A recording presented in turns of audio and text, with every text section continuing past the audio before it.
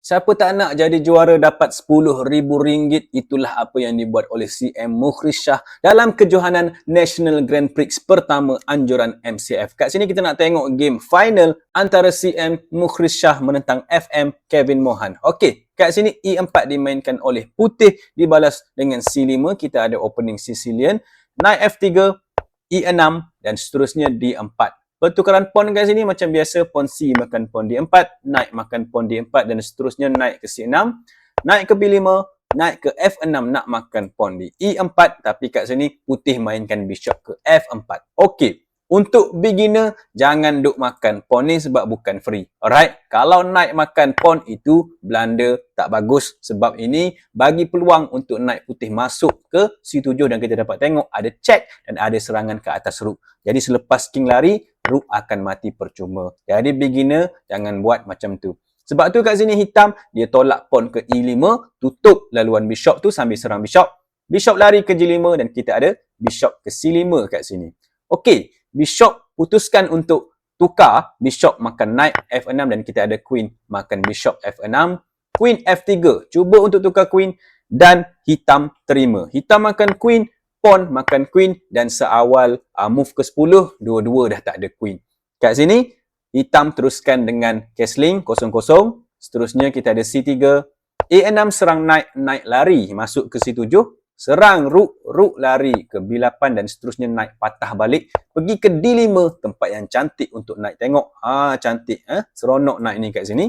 Kita ada pawn ke D6 dan di posisi macam ni, putih tengok, oh ada ruang, ada lubang untuk dia menyerang dan lawan, king lawan duduk di kawasan yang dia memang boleh buat serangan. Jadi apa lagi dia terus tolak pawn pergi ke H4, cuba untuk tolak sampai habislah, sampai kubu hitam dipecahkan.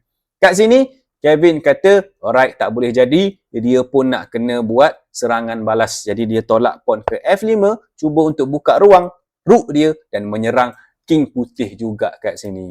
Okay, kita ada rook pergi ke H2, bishop ke E6, nak makan knight, bishop C4 kawal knight tu dan kita ada king lari ke H8 lah, lari dari segala ancaman yang bishop ni buat kat sini. Okey, knight D2, B5 serang bishop, bishop undur ke belakang, B3, kita ada bishop makan knight, bishop makan bishop, serang knight dan knight lari ke E7 kat sini sambil serang bishop. Mukhriz sayang bishop ni sebab bishop ni sangat-sangat powerful, sangat kuat, jadi dia letak bishop dia lari ke belakang ke B3. Okey, kita ada pawn F makan pawn E4 dan knight makan pawn E4. Dan kat sini, kat sini walaupun ruang ni sudah terbuka, sudah ada serangan, tapi ini sebenarnya satu perangkap. Hitam tak boleh nak ambil rook dia, nak pergi makan pawn ni sebab pawn ni tak free. Ini idea putih untuk letakkan knight dia di G5 kalau hitam makan. Sebab apa? Sebab di G5 ni, dia serang rook dan pada masa yang sama dia cuba untuk masuk ke F7.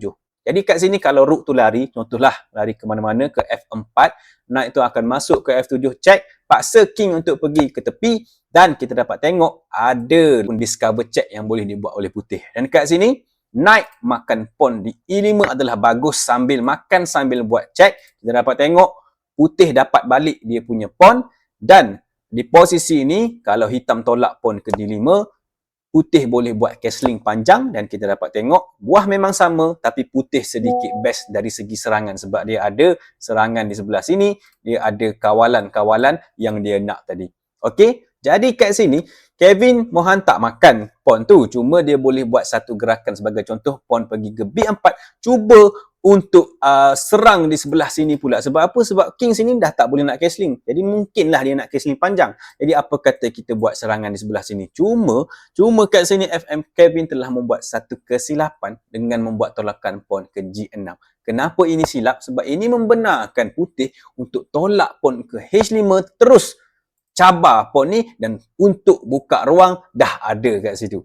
Jadi kat sini rook F5 dimainkan oleh hitam dan kita ada pawn H makan sahaja pawn G6, knight makan pawn G6 dan kita dapat tengok ada ruang serangan yang telah dibuka oleh putih kat situ. Okey, putih pun kata dia castling panjang, dia cuba untuk bawa rook dia satu lagi lah pergi ke mana-mana yang dia nak. Alright, kat sini masih lagi pawn tak boleh dimakan, masih lagi tak free sebab kali ni kalau hitam makan pawn ni, knight akan pergi ke sini pula, ke G5 dan lagi bahayalah sebab ada nak makan rook dan ada nak support rook makan pawn kat sini. Ini sangat-sangat bahaya. Jangan duk makan kalau buah tu nampak free. Okey, fikir dulu. Hitam gerakkan dia punya knight pergi ke F4 dan kita ada knight makan pawn D6. Alright.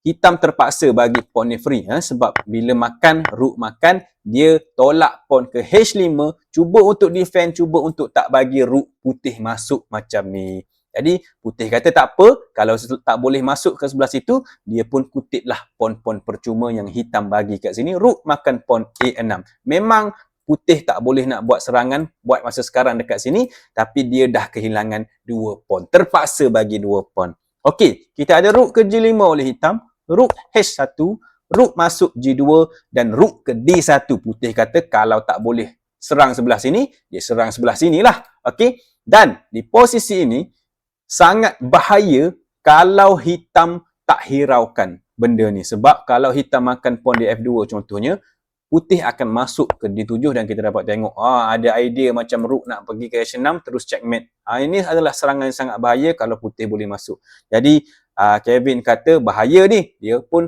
patah balik rook pergi ke G6 cuba untuk tukar rook. Kat sini memang putih nak tukar lah sebab putih dah lebih buah. Jadi rook makan rook, knight makan rook dan kita ada bishop ke F7 nak makan lagi knight. Okay, king ke G7, bishop makan je knight, king makan bishop dan kita dapat tengok putih ada kelebihan 2 pawn kat sini dan dia mungkin senang sikit untuk menang. Alright, putih buat apa? Putih check dulu dekat G1 check, king lari ke F5 dan kita ada rook H1, paksa rook untuk kawal di H8 dia punya pawn dan king C2 kat sini. Seterusnya H4 dan rook H3 dan kita dapat tengok king tak boleh nak masuk, tak boleh nak buat apa-apa serangan ke atas pawn dan juga rook kat sini.